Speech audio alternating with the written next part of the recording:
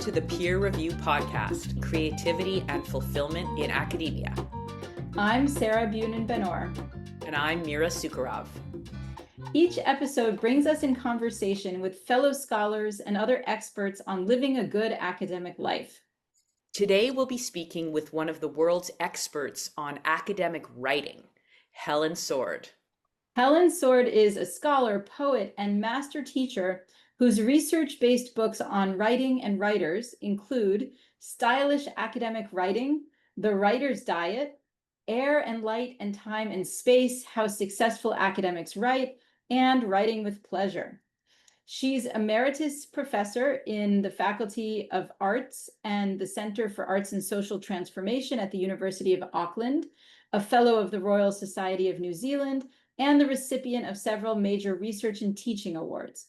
Helen has facilitated writing workshops at more than 100 universities, conferences, and research institutes on every continent except Antarctica. Helen, welcome to our podcast. Thank you so much. I'm delighted to be here. So I want to start by hearing a little bit about your own academic journey. Yeah, well, it's been an interesting one with all the wonderful twists and turns that make life exciting. So I started out as a literary scholar, did my PhD at Princeton in comparative literature, really followed my heart into poetry. So teaching poetry, talking about poetry all day, writing about poetry. I couldn't really imagine a better life or anything else I was capable of doing, frankly.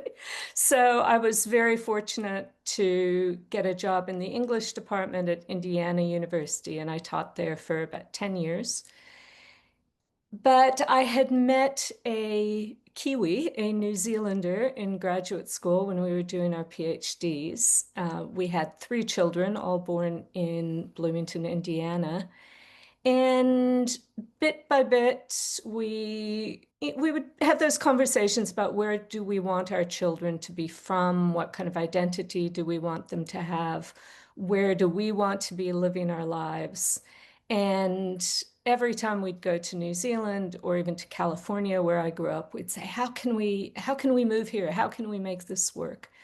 And finally, in the year that we both turned 40, our kids were 10, 7, and 4. I had tenure. I just finished my second book, so I was, had a good expectation of going to full professor within a year or so. And we were planning to go on sabbatical to Auckland for a year. We had in New Zealand, we had that all set up. And as we talked about it, the plan was that we would go there to try to figure out a way to move there permanently. And at some point we just said, you know what, let's just do it. Rather than talking about it, let's just do it. So we sold our house, packed all our belongings into a container, and moved to New Zealand with 3 children, no jobs. I gave up tenure. There were no particular job prospects in our academic worlds because in both cases we could see that, at least at the University of Auckland, where in the city we wanted to be in, they were already either fully stocked, in my case, with people who taught modern literature and modern poetry. They were actually very strong in that.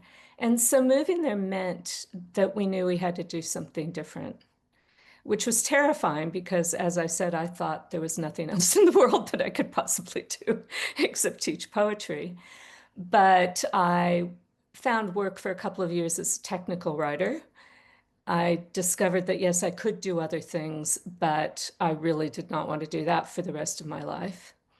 And then I saw a job ad at the University of Auckland, and it was an academic position, so with the kind of teaching research service component, but it was in the faculty development unit. So it was basically working with teachers from across the university to try to ramp up the teaching culture of the university, working with people from across the disciplines. So that was the moment where I discovered that no, English departments are not actually the center of the universe, even though I just assumed everybody thought that. And I started talking to scientists and engineers and social scientists about their teaching, and then bit by bit about their research, their academic roles, their lives, their worries. And long story short, after a few years, realized that the whole kind of research environment and writing about writing was something that people needed that wasn't being done, right? So I should probably go backwards. I didn't do this strategically. I actually had an idea for this little book called The Writer's Diet, and I just went and wrote it. Got it published by a small New Zealand publisher in, I think it was 2007. And eventually, when that publisher went out of business, it got picked up by Auckland University Press and then by the University of Chicago Press, which of course has this whole wonderful thing on writing. They published the Chicago Manual of Style. So it was a wonderful list to be part of. And that little book was what led me then to write Stylish Academic Writing. And that was a book kind of trying to, first of all, make the argument that the title doesn't have to be an oxymoron, that there is such a thing as stylish academic writing in any discipline, that there are examples out there that we could be following. And yet it seemed to me that a lot of writing was being done out of fear of pushing against or breaking out of conventions. And yet we were all applauding the people who actually did break out of conventions. So I was trying to write a book that would encourage and empower academics in any discipline to think about what elements engage readers and to bring those elements into their writing. So that book came out from Harvard University Press in 2012. And at that point, I was hooked. By the time I'd finished that book, I knew what I wanted to do for the next one because I'd started running writing workshops, being invited to talk about stylish academic writing to people in different disciplines. And they would say things to me like, I'd love to write more stylishly, but my supervisor won't let me, or I just don't have time. I'm just trying to crank those articles out, or I don't know where to start. All those kind of human factors. And that was where I realized I really needed to move my eyes from the writing on the page, which is where it had been. Me as the poet and close reader was doing close readings of academic texts. But then I started talking to people instead. So for my next book, which was Air and Light and Time and Space, How Successful Academics Write, I interviewed 100 successful academic writers, and I put scare quotes around that because success is defined differently by different people. So a range of different criteria for what that might mean. And then I also traveled around the world. I think I went to about 15 different countries, and I ran writing workshops wherever I could and use those to gather questionnaire data from the people attending. And I asked them basically just three questions, which was, how did they learn to write as academics? And the answer for about half of them was, I sink or swim. I didn't learn in any formal way at all. I found that those who did really get some kind of craft-focused feedback on their writing, it was serendipitous rather than systematic. I think they happened to have a great supervisor, or they happened to have a partner who was a editor or something like that. And so that was one question. Where did you learn to write in your discipline? One was, how do you get your writing done? So about the writing habits. And from that, I found that very few people, including the successful academic writers that I interviewed, actually have habits that match what all the how to write a lot books tell you should be doing. And my third question was, what are the main emotions that you associate with your academic writing?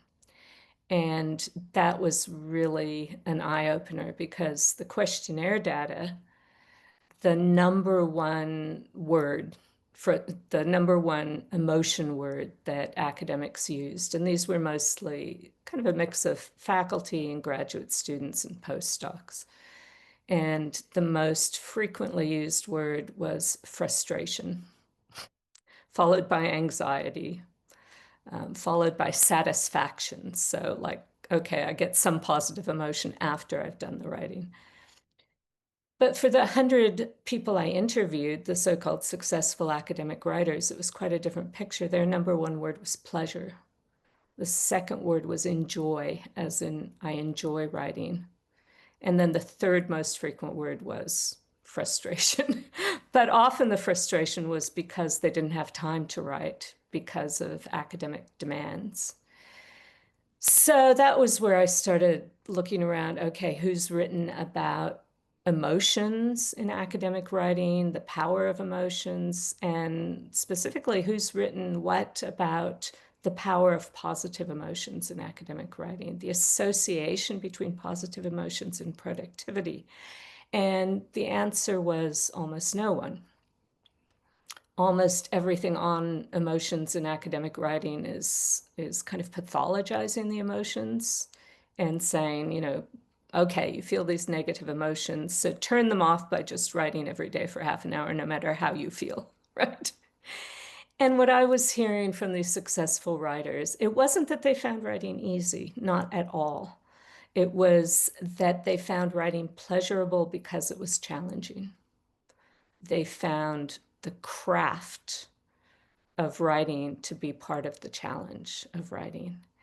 And so that was what led me then to write my most recent book, which is Writing with Pleasure, which was published by Princeton University Press in 2023, I think. And for that one, I again traveled around. This was just before the pandemic, so I did my last data collection at a workshop in Chile in October 2019.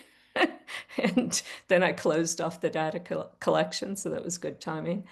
But I asked people in these writing workshops, again, academic writers from across the disciplines around the world, I asked them to write for 10 minutes about a time in their lives when writing gave them pleasure.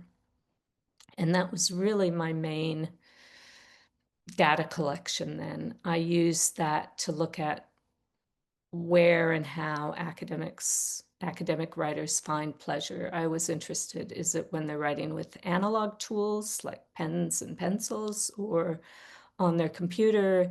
Is it when they're doing academic writing or when they're doing non-academic writing, like writing poetry? Do they have memories from when they were a young child that was the time that they associate most with writing with pleasure? Or do they choose the writing they did this morning on the article they're working on? And the answer to those was yes, all of those things, all of those things, and more, pleasure from things you wouldn't expect. Like you'll get one person who says, I hate deadlines. I love writing when I've got the freedom and the time to write. And then another who says, the time I think of first when I think about pleasure is that time when I was doing this exam under pressure and it was really, really hard and challenging, but I got through it. I did it. I aced the exam and that was pleasurable. So really the key there is that I think there are many ways to find pleasure in writing. It's different for everyone, but it's worth finding pleasure in writing if amplifying any pleasure that you already experience and finding ways of bringing pleasure to the process if you don't currently enjoy it. Because ultimately, if you bring pleasure to the writing process, one, you're going to be more productive in most cases. But also, you're just going to be a happier person. You're going to have a better academic life, a more satisfying academic life.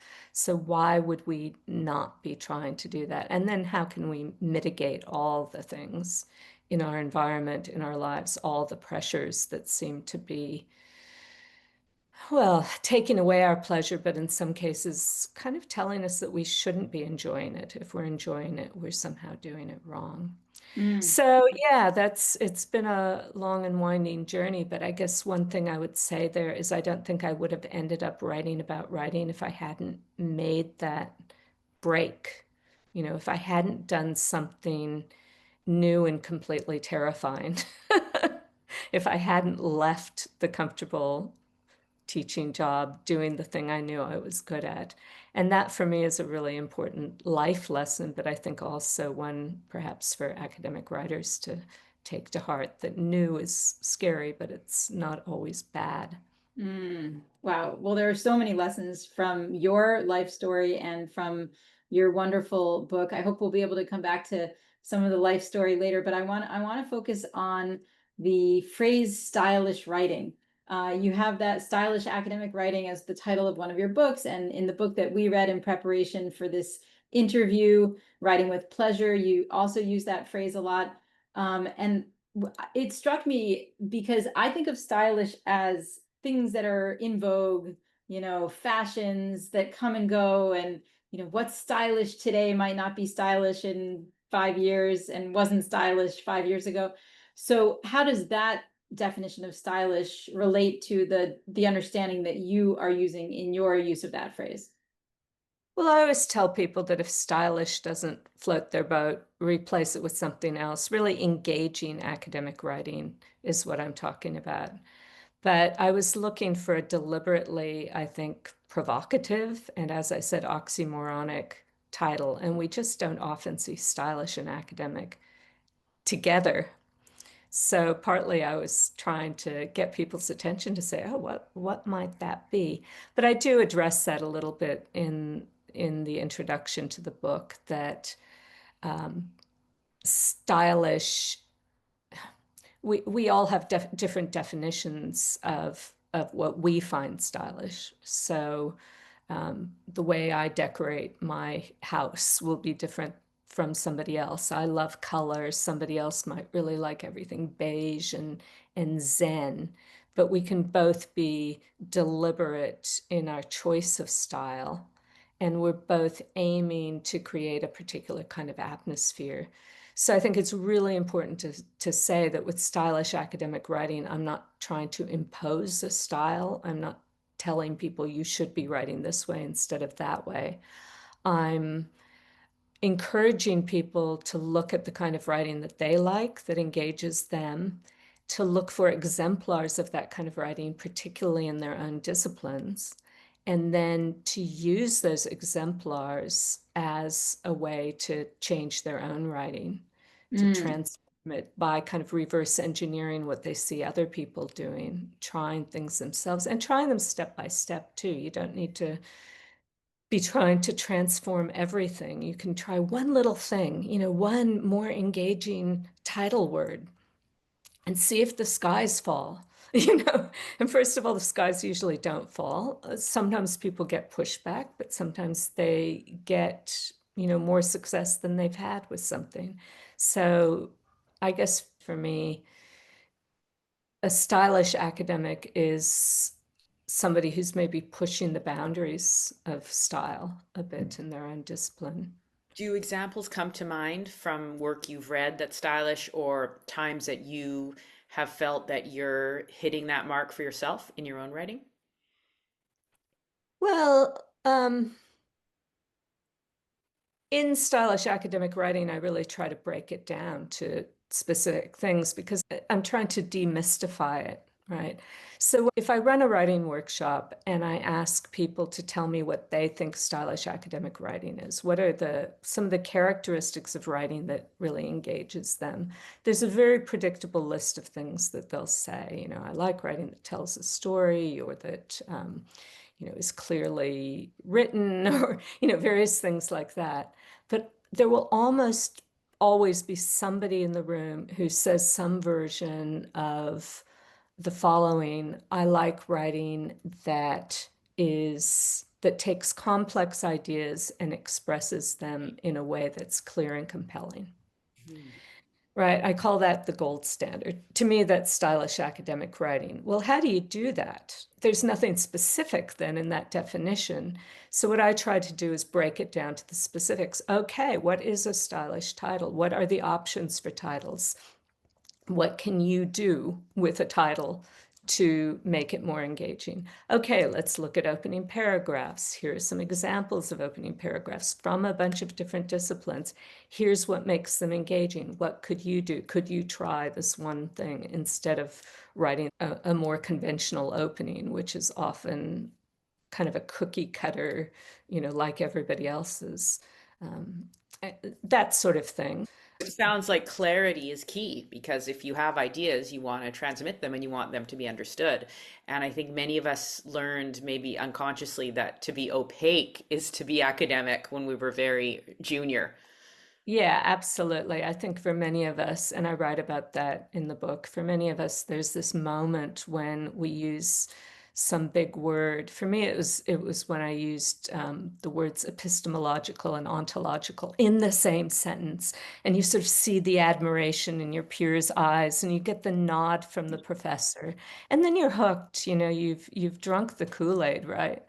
And it's very hard to move away from that. And I want to say too that if you want to write that way, that's fine. You know, I just want it to be a choice. So the choice you make if you're using a lot of disciplinary jargon, we could call it technical language, but often it is jargon, meaning that it's words or phrases that only a small group of people will really get. But when they get it, I've seen it described as being like a computer macro, when you just do a couple of keystrokes and like a whole sentence comes out or a whole command. Jargon functions like that. You just say Foucauldian and a whole bunch of stuff about, power relations is invoked by that one phrase. So it's a very efficient way of communicating with people who are in the know. And it's not opaque at all for them. It's actually very clear. But you're shutting out a whole bunch of other people. So the question to me would be, what are your values here? Why are you writing and for whom? And so there's a kind of pleasure in using that kind of language and using it in the company or writing for other people who get it. There's a real pleasure to that. But it's also a very limited audience.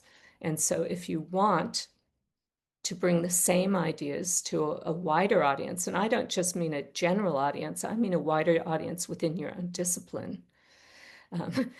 Writing something that third or fourth year undergraduate will understand, in your discipline.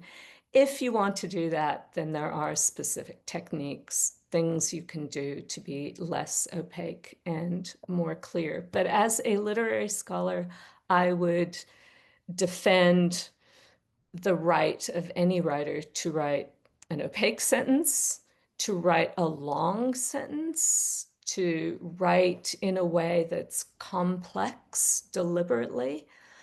Those are all stylistic choices.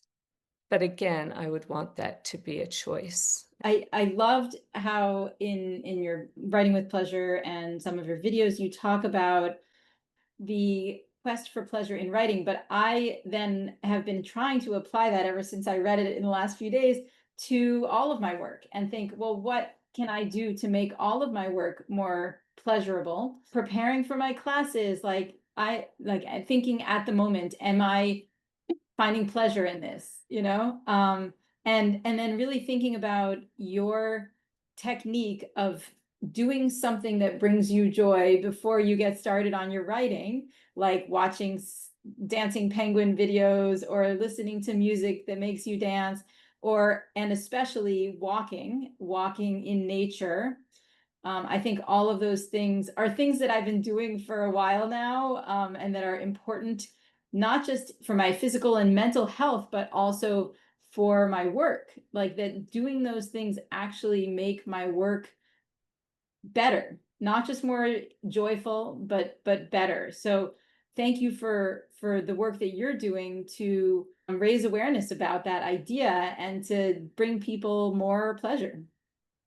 Well, and I'm by no means the only one, right? And the book does draw on lots of research by all kinds of people showing that yes, we respond to color. Yes, we respond to nature. Yes, we respond to laughter. All of these things have lasting effects on our physical and mental well-being. And then, of course, that becomes part of our writing process. But I think there's so much in academic life, in our academic environment, that almost implicitly encourages us to eschew pleasure, right?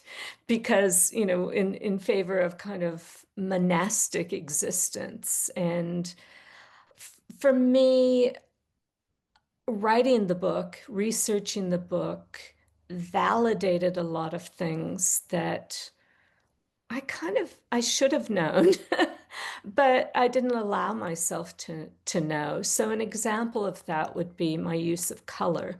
When I think about it, I've been using color at least since high school as a way of helping me think. Color and cognition go for me together. And this isn't true for everyone, but for me, highlighting things in different colors, for example, helps me see connections. So when I was in high school, I would highlight all of the metaphors in a poem. Um, so the water metaphors would be blue, and the sunlight metaphors would be yellow, that sort of thing. And then I could see, well, what's the balance? Oh, there's more water in this stanza and there's more sunlight in this stanza. It helped me make arguments then about how these poems were working.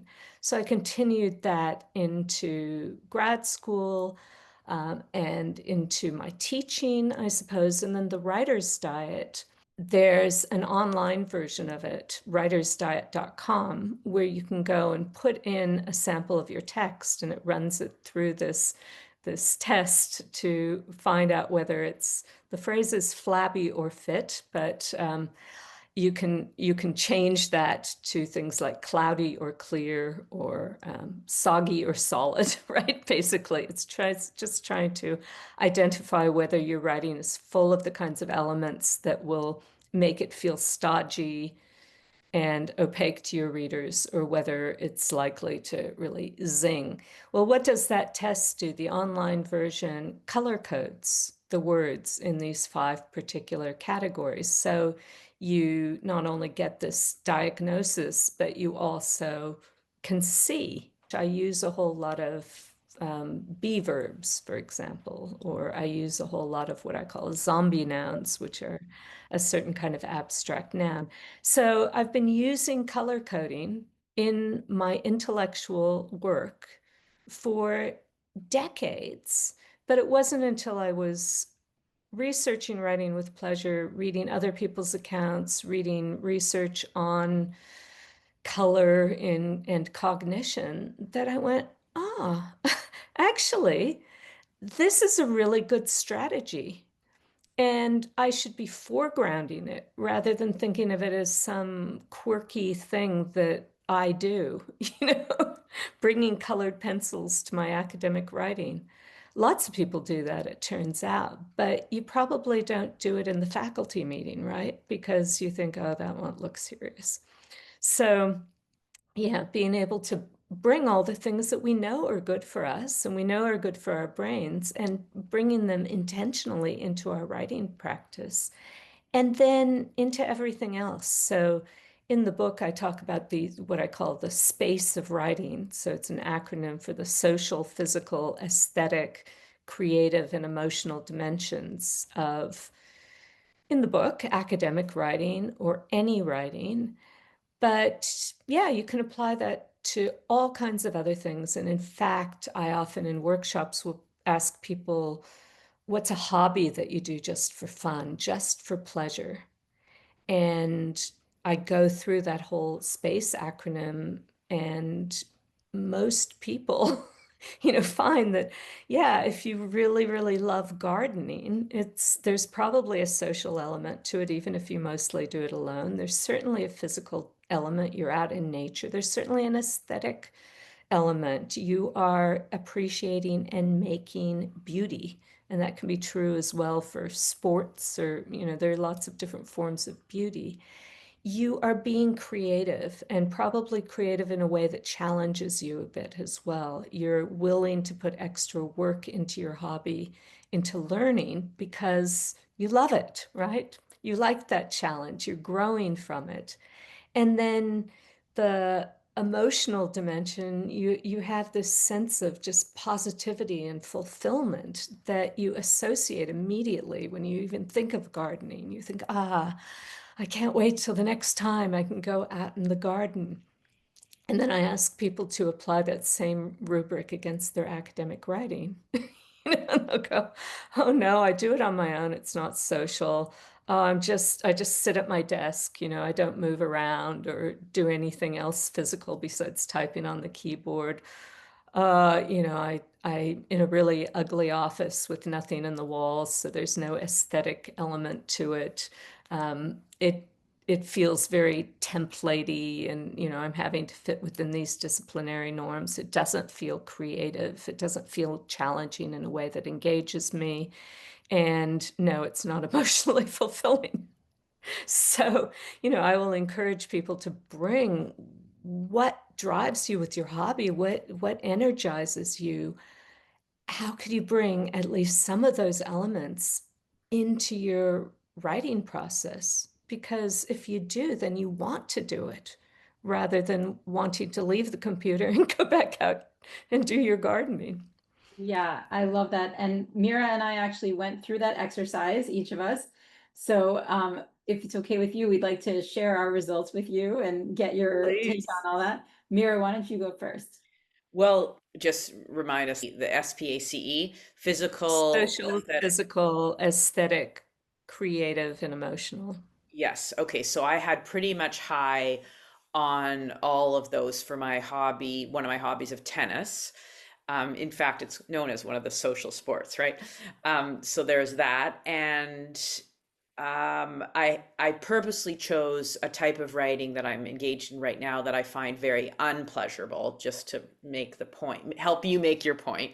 And I chose grant writing, which is something I'm doing right now, and it scored very low on all indicators, low to nil. In fact, nil, nil, nil, nil, and then low, and low medium. There was some creativity there because I'm creating a grant idea, but low on aesthetic, social, emotionally, very taxing, low physical. So I wanted to ask about physical later after Sarah says hers, because that's the biggest challenge of how to make writing a more physically generative, I guess, experience, or physically experiential. But with grant writing, I just wanted to emphasize the reason the emotions were so negative for me is because it's the kind of writing that you're not inviting people for dinner and creating a meal that people are going to partake in. You're not writing a memoir. Like I have written and published a memoir, and that was quite pleasurable because I felt like I was sharing a gift with someone. With a grant, the reader is going to be looking for reasons to reject me because they can only choose a certain number. And so the adversarial aspect of it, I can't imagine cooking. Well, I guess if I was on a reality TV cooking show, it would have the same stress. So that's what I want to leave you with to help me through this very taxing period. And now I'll let Sarah weigh in. Okay, so for my hobby, I did cooking, and the exercise was specifically to find a writing peeve. And I actually had trouble with that because I really like writing and the whole process. I like the whole process. I even like writing grant applications. I don't like getting rejected, but the peeve that I chose was writing lit reviews. And so you'll see that my scores are much higher than Mira's because I even like that. And so it was, I guess, the least pleasurable writing task I could think of, but still pretty pleasurable. So for social balance, I usually cook alone, but I'm always cooking to share with friends or family. And then writing, a lit review, you're reading the work of many scholars and you're writing something that may be read by many of them, especially now with Google alerts. They'll be like, oh, I got a citation. Let me check out that paper. And also I plan to send my paper or my book that I'm writing the lit review for to particular scholars. And talking about the ideas that I read with my colleagues. I do find myself, if I'm reading something for a lit review, I might want to talk to someone who shares my academic interests about what I'm reading. Physical engagement. So cooking is standing, walking around the kitchen, chopping, stirring, doing a lot of things. But this one was definitely low for writing a lit review because I'm sitting at my computer. Sometimes people do different things for writing a lit review, like go sit in a different chair when they're reading and then go somewhere else to write. I sometimes do that, but I do everything electronically, or I try to do most things electronically. So that is that's kind of low on that. Aesthetic nourishment, the colors of the different foods, the beauty of delicious food. And I actually thought about this in relation to the ideas, the beauty of the ideas that I'm reading and writing about. I do see that as aesthetic. Um, the creative challenge. I love in cooking having a bunch of ingredients and figuring out what to do with them and which cuisine am I going to emulate today. I like the idea. I think of that scene in Ratatouille where the rat has two different ingredients, and says, I make something completely new. And I love that idea. And I feel like that's academics too. Writing the lit review, you're synthesizing multiple ideas that have never been synthesized before, or maybe they have and you just don't know it. And then you're creating something new. Almost done. Sorry, I'm taking a while. Emotional uplift. Cooking makes me happy. I'd say the lit review, not quite as much. It's overwhelming, but it's enjoyable while I'm doing it. And I feel like I enjoy it more now than I used to, maybe because the stakes are lower than when I was in grad school or pre-tenure. Wonderful. Well, all those things are related, of course. So I think the emotional uplift is related to the fact that you see writing itself as such a social enterprise. Even when you're writing alone, you're thinking about your readers, you're thinking about the people that you're citing in the lit review. You're thinking that way. And I wonder, Mira, if you're writing in a kind of bubble of isolation where you're saying, it's not like putting on a dinner party, but why couldn't it be? Some of the best grant applications I've read are the ones that really just invite you in to get excited about the research, that aren't just going through the motions of, the kind of conventional, which you do have to do, but that pull you in with a story or a question or something that really makes you think, yeah, wow, this is really important. And sometimes just a few sentences can do that. You talk about rising to the top of the pile. I firmly believe as a stylist that you can do that, through the craft of how you write it. And that will come through more if you're bringing pleasure to the process. So it's a bit chicken and eggy, of course, but if you're finding pleasure in the writing process, your readers do respond to that. And yeah, so it's all connected in all kinds of ways. This But is really good. I And also, even how Sarah said that you're thinking about the authors that you're citing. So then it is more like a dinner party. And that's sort of what you're saying, Helen, is I can invite people into my ideas and think about sharing it with them. Sometimes I don't think that the people that I'm citing are real human beings. Sometimes I just think they're a name on a page. I mean, I know that they're real human beings, but sometimes I need to really remember that. I think these are Yeah, really and great thinking points, both of you. about the reviewers of the grant as well. Remember, these are real people out there. We can think of them as these sort of faceless entities. But yeah, so all of these things, and again, bringing whatever it is that you've identified as being most pleasurable for you, those are going to be the elements that are going to probably be the most valuable to try to bring into your writing. They're going to be the first ones. So for me, it was really identifying my how much I love color and love being surrounded by it. And instead of seeing that as kind of an add-on or frou-frou, seeing that as actually integral to the writing. So what Sarah said about the writing itself having an aesthetic quality, yeah, absolutely. You know, really caring about the word craft can be a part of that, but also caring about your surroundings, paying attention to your surroundings, making sure you're writing in a place where that makes you happy, you know, whatever that means to you. And then to go back to that question of the physical aspects, that can include what you do before and after the writing. A lot of people a number of people I interviewed for my book, Air and Light and Time and Space, specifically mentioned times when they'd say, oh, yeah, there was one time when I was really productive when I was in grad school. I'd go every morning for a swim, and then I'd go to this cafe and write. And I think back on that, and that was a productive time. I would be going, ding, ding, ding, ding, ding, you know, maybe it's the swimming, you know, maybe it's the cafe. There are elements to those routines that are supported by that SPACE acronym. It's social, you're sitting in a cafe, you're surrounded by other people, even if you're in your own little bubble. But for some people, that's a way of really responding and feeling like you're in the world and not just stuck in a corner. The physicality of having gone and done the exercise, you still have those endorphins there. And one of the books that I quoted in Writing with Pleasure, it was about the ways that physical activity it stays in your body for up to 24 hours, you know, doing something that's physically pleasurable or physically engaging, like swimming. You know, it doesn't have to be pleasurable at every moment, but you feel great afterwards.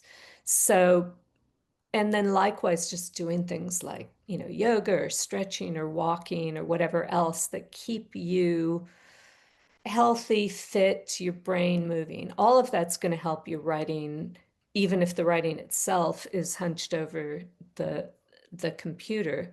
But also there are things you can do while writing. And I know the older I get, the more I just have to pay attention to my posture, to how I sit, where I sit, how long I sit. I can no longer sit and do a writing binge for 4 hours and barely get up. That's just not going to have a good effect. So taking stretching breaks, making sure you have a really good chair, writing in different positions, in different spaces, maybe alternating between a standing desk and sitting, all of those things are going to make a difference to your writing as well, including to your pleasure in writing, because your body's happier. And then the third element of the physical in writing is thinking about bringing the physical world into the writing itself. So on the level of style, and I've written a lot in stylish academic writing and elsewhere about just the power of even one line describing the setting where the research took place brings your reader in. So our own bodies are absolutely crucial to our ability to write and to our pleasure in writing, but we can also take that lesson then and apply it to the words on the page to make the reading experience more pleasurable as well. That makes a lot of sense. Thank you for filling in that gap for me about physicality. Can I add as well, my experiment, that pleasures and peeves exercise that you talked about, where I looked at, okay, what do I do for pleasure? And for me, it was making mosaics. And I write about that quite a lot in the book. It's kind of my overall metaphor for the book. So taking all these little fragments of glass and stones and putting them together in a way that's physical, certainly, but aesthetically satisfying. And so I tried to apply some of those same principles to email. That was my peeve, writing emails. And I have a newsletter which you can subscribe to via my website, so at helensword.com. And I wrote at one point in my newsletter about the time when, for several months, I tracked every email that I sent. And I did a little sort of research exercise looking at who do I write to, how long are my emails, all kinds of sort of institutional factors around email. And I recorded some kind of information about each email as a little like a tessera in a mosaic in a notebook. So I created this kind of colorful path that tracked my email over maybe 2 months. And it didn't make me really love email anymore, but it was an interesting experiment in bringing color, challenge, creativity, aesthetics, physicality to a hated task. And it did change the way I did email. I became more aware, as we've been talking about the people at the other end of it. And I became more aware about um, divvying up short emails and long emails and some of my work processes around that.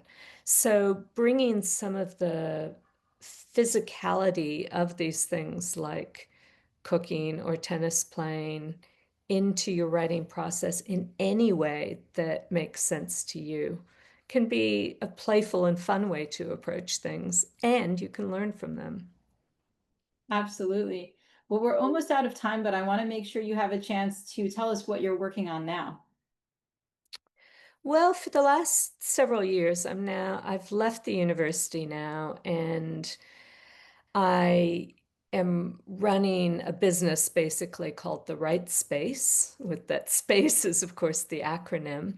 So I've got an international writing community, people who subscribe to be part of it. I run a lot of online courses, which are based on my books, a lot of them, but some of them are, I guess, based on books I wish I'd written or would write if if I were going to write another book. So I'm running one right now called The Creativity Catalyst, and we bring arts-based perspectives to the writing process. So we look at how bringing storytelling to your writing process can invigorate both your writing life and your actual writing.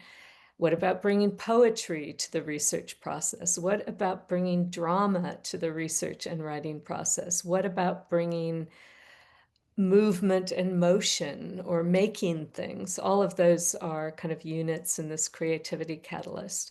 So at the moment, rather than writing a book or doing conventional research writing, I'm putting that same creative energy into creating these courses, creating this community, making videos, which are more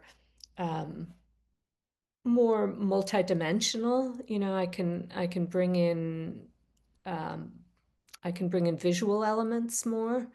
And that's something, of course, with writing with pleasure. It's actually an illustrated book. I have illustrations throughout by my colleague Selena Tusitala Marsh. So it's been a very explicit thing for me to try to bring more visual elements into my writing process. I make paper collages now, so I post this weekly newsletter, and every one of them at the top has an original paper collage that I've made to go with that week's post.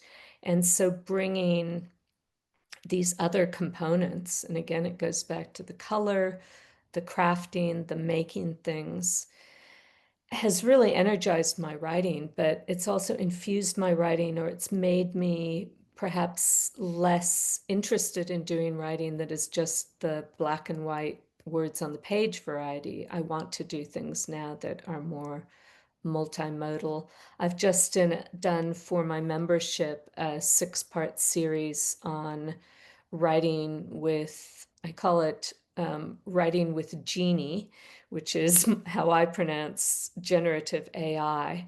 So looking at generative AI writing tools as though that's the magic lantern we can rub, and this amazing genie comes popping out to do our every wish, but be careful what you wish for, right? And a lot of people in my community are really trying to figure out, what do I do? Do I use these tools? Do I avoid these tools? How are my students using these tools? People have a lot of people who aren't using them are quite scared of them, in part because they're not using them, and yet finding a way of using them that's actually going to help you develop your creativity rather than erase it, takes a bit of thinking about how to do that. And so that's something I decided, 2 years ago to engage in rather than avoid. And I found it fascinating, I have to say. There's a ton I could say about writing with pleasure, about writing creatively, about craft-focused writing in the context of generative AI.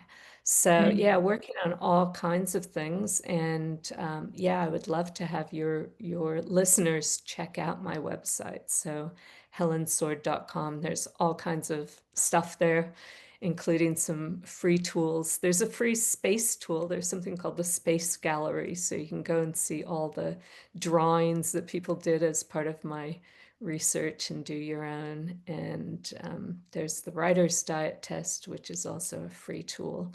So tons of stuff. I think of it as it's my form of gardening. I'm constantly planting new things and color, both metaphorically and literally. Oh, wow. Well, Helen Sword, you are an inspiration for all of us in your life story, in your books that have taught us so much and shown us how you can write a book that is aesthetically pleasing with all the poetry and the art and the wordplay, and so much more we could talk about. I feel like we could have you back for another episode. But please do check out helensword.com and read her books and become a member. And thank you, Helen, for all that you do and for speaking with us today. Thank you so much for inviting me. Thank you, Helen. The Peer Review podcast is produced and hosted by Sarah Bunin-Benor and Mira Sukharov. Talia Ehrenberg is assistant producer and editor. The music is written and performed by the Galactic Ambassadors. Support for this podcast comes from a faculty grant from Hebrew Union College. If you would like to sponsor an episode, you can reach us at peerreview@huc.edu. You can join the conversation on Facebook at Peer Review, Cultivating Creativity and Fulfillment in Academia. Thank you for listening.